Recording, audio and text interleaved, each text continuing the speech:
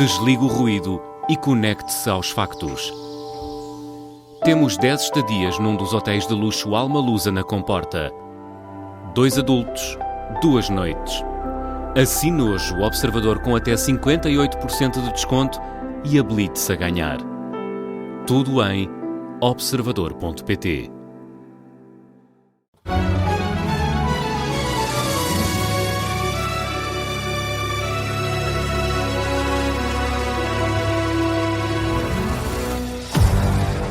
Esplendor e a Infâmia, com Pedro Jorge Castro, na Tarde Política. Bem-vindo, Pedro. Olá, Ricardo. Hoje vamos ao grande debate, eu ia dizer duelo, tu sabes que eu tenho evitado dizer duelo, acho que um debate é um debate, um duelo é um duelo, mas também foi um duelo. Também foi. Entre Pacheco Pereira não gosta da palavra. Exato, entre Pacheco Pereira e André Ventura.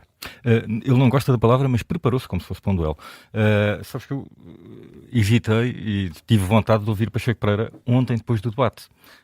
Mas nem sequer sugeri voltarmos a falar com ele. Fazer uma flash interview mais tínhamos entrevistado na véspera antes. André Ventura não ia alinhar nisso e, portanto, iria ficar desequilibrado de estar a ouvir um dos intervenientes antes e depois do debate. Fiquei com imensa pena porque a revista Sábado ouviu-o e saiu uma frase espetacular, não é? Que está entre aspas, que é, ele disse que não debater com o líder do Chega é uma atitude nefelibata e elitista. Portanto, nefelibata e elitista. E eu admito, não tenho problema nenhum, tenho bastante humildade, sendo que não há muita humildade em dizer que se é humilde, mas eu tenho. Fui ao dicionário ver o que é nefelibata. Vocês sabem? Não, mas sabem, não há problema nenhum. Não, junto-me a ti. Então é uma pessoa que anda nas nuvens, longe da realidade. Mas adoro essa palavra. É espetacular. Não, mas sobretudo juntar nefelibata e elitista. Portanto, seria elitista não enfrentar André Ventura, mas utilizar a palavra nefelibata não é nada numa elitista. Entrevista não é nada elitista. Pois bem, então o debate de facto deixou-me nas nuvens, não longe da realidade, mas deixou-me nas nuvens por razões que já vamos perceber. Então vamos à infâmia.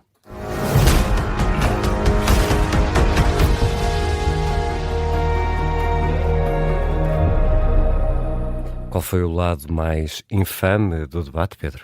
Então, creio que tem a ver precisamente com a postura de Pacheco Pereira, que esmerou-se em criar uma série de regras antes do debate, como se fosse tudo baseado em documentos históricos, enfim. Mas, na verdade, ele preparou o debate como se fosse para um duelo político. Sim, tudo é política, mas foi até mais político do que histórico. Isso notou-se em variedíssimas coisas. Na forma como ele...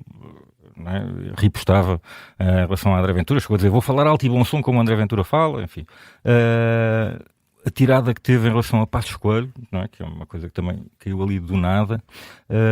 Depois, outra a dizer isto, quase um ajuste de contas, não é? Digo aos homens do Chega, que André Ventura até corrigiu, homens e mulheres, não é? Digo aos homens do Chega que eu não recebo reforma do Parlamento. Portanto, Pacheco Pereira tinha isto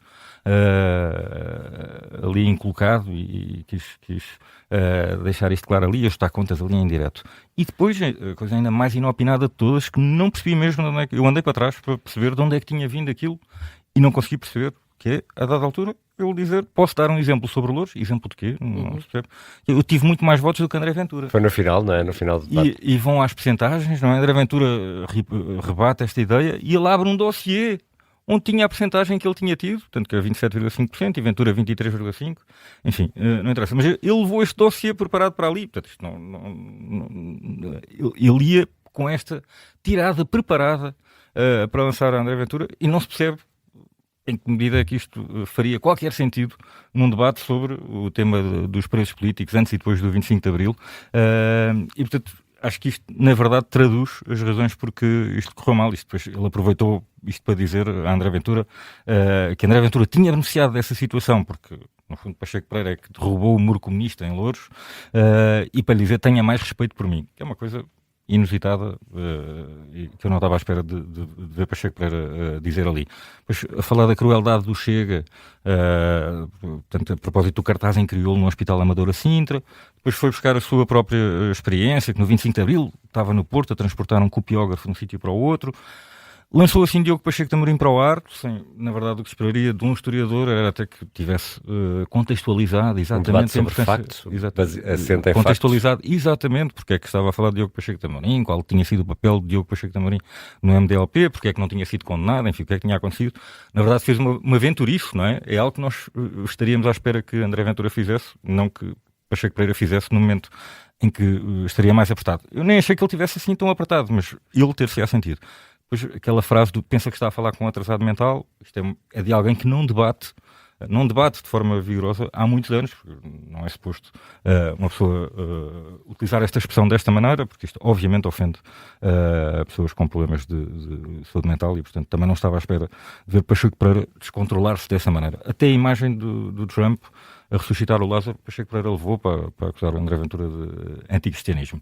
O que me leva então a esta ideia de o que é que levou afinal Pacheco Pereira a fazer isto, não é? Ao início nós até poderíamos pensar que era um ato de coragem cívica pelo rigor historiográfico, mas na verdade eu acho que foi o ego. Ele é uma pessoa que trata da memória, não é? Eu digo isto não é com ironia nenhuma, acho mesmo muito meritório o que ele faz com a efêmera em termos de preservação de documentos. Não acho um historiador mediano, ao contrário do que já vi, acho que ele faz ótimas investigações, portanto, com demasiada minúcia, até se calhar o problema é serem demasiado extensas e estenderem-se por demasiados volumes, mas acho esse trabalho meritório. Mas também é uma pessoa que se preocupa com a forma como ele próprio vai ser retratado pela história. É inevitável isto.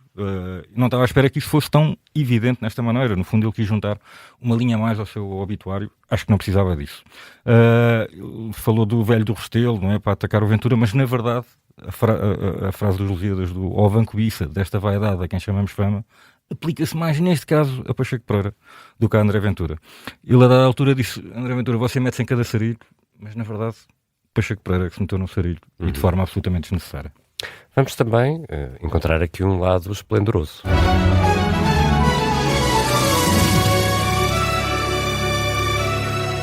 E onde está o esplendor? O esplendor é este. Também é um esplendor triste, mas é o que é. Eu acho que há um grande consenso sobre a violência política no Estado Novo. Eu acho que ninguém rebate isso. Aliás, até o próprio André Ventura admitiu isso e foi o mais inteligente, não fazia sentido estar a pôr isso em causa.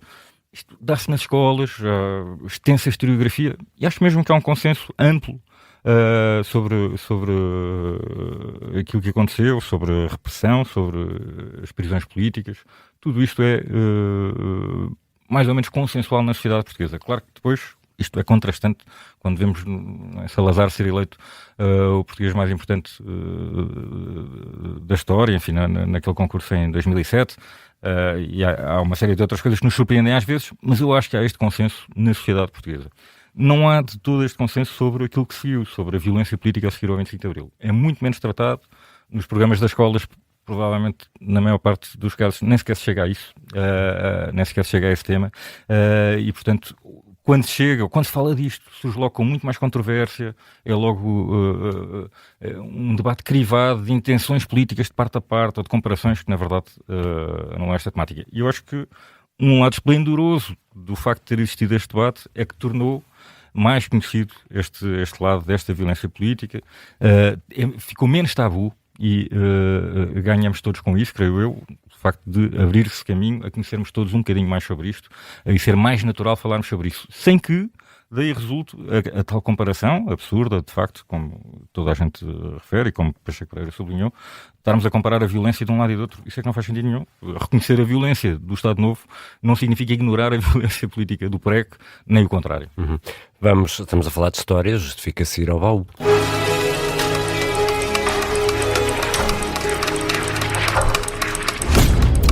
A dada altura, André Ventura referiu que não houve nenhum documento escrito que tenha sido assinado pelos presidentes do Conselho do Estado Novo a pedir a prisão. Queres resgatar 2 episódios do baú relacionados precisamente com isso? Sim, olha, foi das frases mais absurdas ditas no debate, mesmo que eu não tenha maneira de desmontar factualmente, mas o ponto não é esse, o ponto é se isto faz algum sentido ou não. A assinatura de Salazar não precisa de estar em ordens individuais de prisão porque está nos diplomas legais que criaram criaram a polícia política, legitimaram a sua forma de atuação. No fundo, essas é que são as assinaturas que contam. Além disso, Salazar encontrava-se pessoalmente com os diretores da PIDE, portanto, estes encontros estão descritos ao longo do tempo nos seus diários. Obviamente, os temas mais importantes eram guardados para discutir aí. Há registro de inúmeros telefonemas dos diretores da PIDE para Salazar, e também tem várias referências nos seus diários à leitura de telegramas da PIDE, ou de papéis da PIDE, como ele lhe chamava. E, portanto, está tudo aí. Não é preciso haver um papel a dizer assinado por Salazar a mandar prender alguém. Embora ele também se tenha envolvido pessoalmente em decisões, como, por exemplo, a deportação de Mário Soares. Não é uma prisão, aliás, Mário Soares foi preso 12 vezes, mas é um envolvimento dele neste caso. Depois é muito controverso o papel de Salazar na morte do general Humberto Delgado também. E, a propósito disso, portanto, o general Humberto Delgado, que foi morto em Badajoz em 65 por uma brigada da PIDE esfiada por Rosa Casaco, e para se mostrar um bocadinho o ambiente que se vivia nesta altura, deixem-me recordar aqui um papel que eu acho que é arrepiante, e que, para alguém passar este papel a escrito, não é? Sinto uma enorme impunidade. É um papel escrito precisamente por Rosa Casaco. Isto é em 1961, isto é um dia depois do sequestro do avião de Casablanca, não é? Que veio largar panfletos por Lisboa, e discutia-se aqui a forma de lidar com Henrique Calvão. E o Rosa Casaco encontrou-se com o comissário, com o homólogo no fundo espanhol, não é? Uma espécie de chefe de serviços secretos espanhóis, Vicente Reguengo, e escreveu este papel, um ofício superior para a PIDE. Aquele senhor disse que tinha 3 agentes em Tanger que o informavam de tudo quanto faziam os revolucionários. Muito abertamente, eu referi-lhe do interesse que adviria para os nossos países se aquele indivíduo fosse eliminado, desde que se pudesse considerar esse facto como um ato de guerra. Retorquindo o senhor Reguengo, que era o espanhol, que teria facilidade em o mandar fazer, desde que isso interessasse a Portugal. Portanto, para uma pessoa escrever assim um homicídio por encomenda, isto mostra o regime em que se vivia. Também tem histórias do pós-25 de Abril, muitas, não me vou alongar muito sobre isso, porque sei que não temos tempo, mas, caramba, era um assessor do Primeiro-Ministro que ia prender pessoalmente as pessoas, andava com um pistolão na mala, ia prender as pessoas. Há a história do Espírito Santo, não é? Que chegam à prisão de Caxias, levados pelos sindicalistas, portanto, foram com armas apontadas o caminho todo, e quando chegam à prisão é o comandante que não os deixa entrar porque falta o mandado. E o condutor do carro diz: mas está aqui a galinha dos ovos de ouro, tem aqui o Espírito Santo e agora não os deixam entrar. Pronto.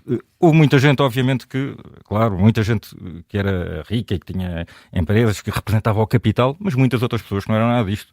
Algumas que tinham tido cargos no anterior regime, sei lá, Franco Nogueira, que já não era ministro desde 1969, foi preso porque suspeitava que podia estar envolvido em qualquer conspiração. E estas prisões, muitas delas eram decididas pela cúpula do novo regime. Portanto, Costa Gomes, 2 dias antes de ser Presidente da República, juntou-se com Otelo, com Vasco Lourenço, com Vasco Gonçalves, para decidir uma lista de pessoas a prender. Todos juntos decidiram uma lista de 305 pessoas que deviam ser impedidas de sair do país, e então estavam todos os corpos sociais de instituições bancárias. Enfim, tudo isto foi feito de forma completamente arbitrária, e portanto eu não vou comparar uns com outros. Acho que todos os casos, seja antes do 25 de Abril, seja depois do 25 de Abril, devem ser estudados e apresentados às pessoas de forma rigorosa, e todos ganhamos com isso. Esplendor e Infâmia, de Pedro Jorge Castro, às quartas-feiras na Tarde Política da Rádio Observador, e sempre em podcast.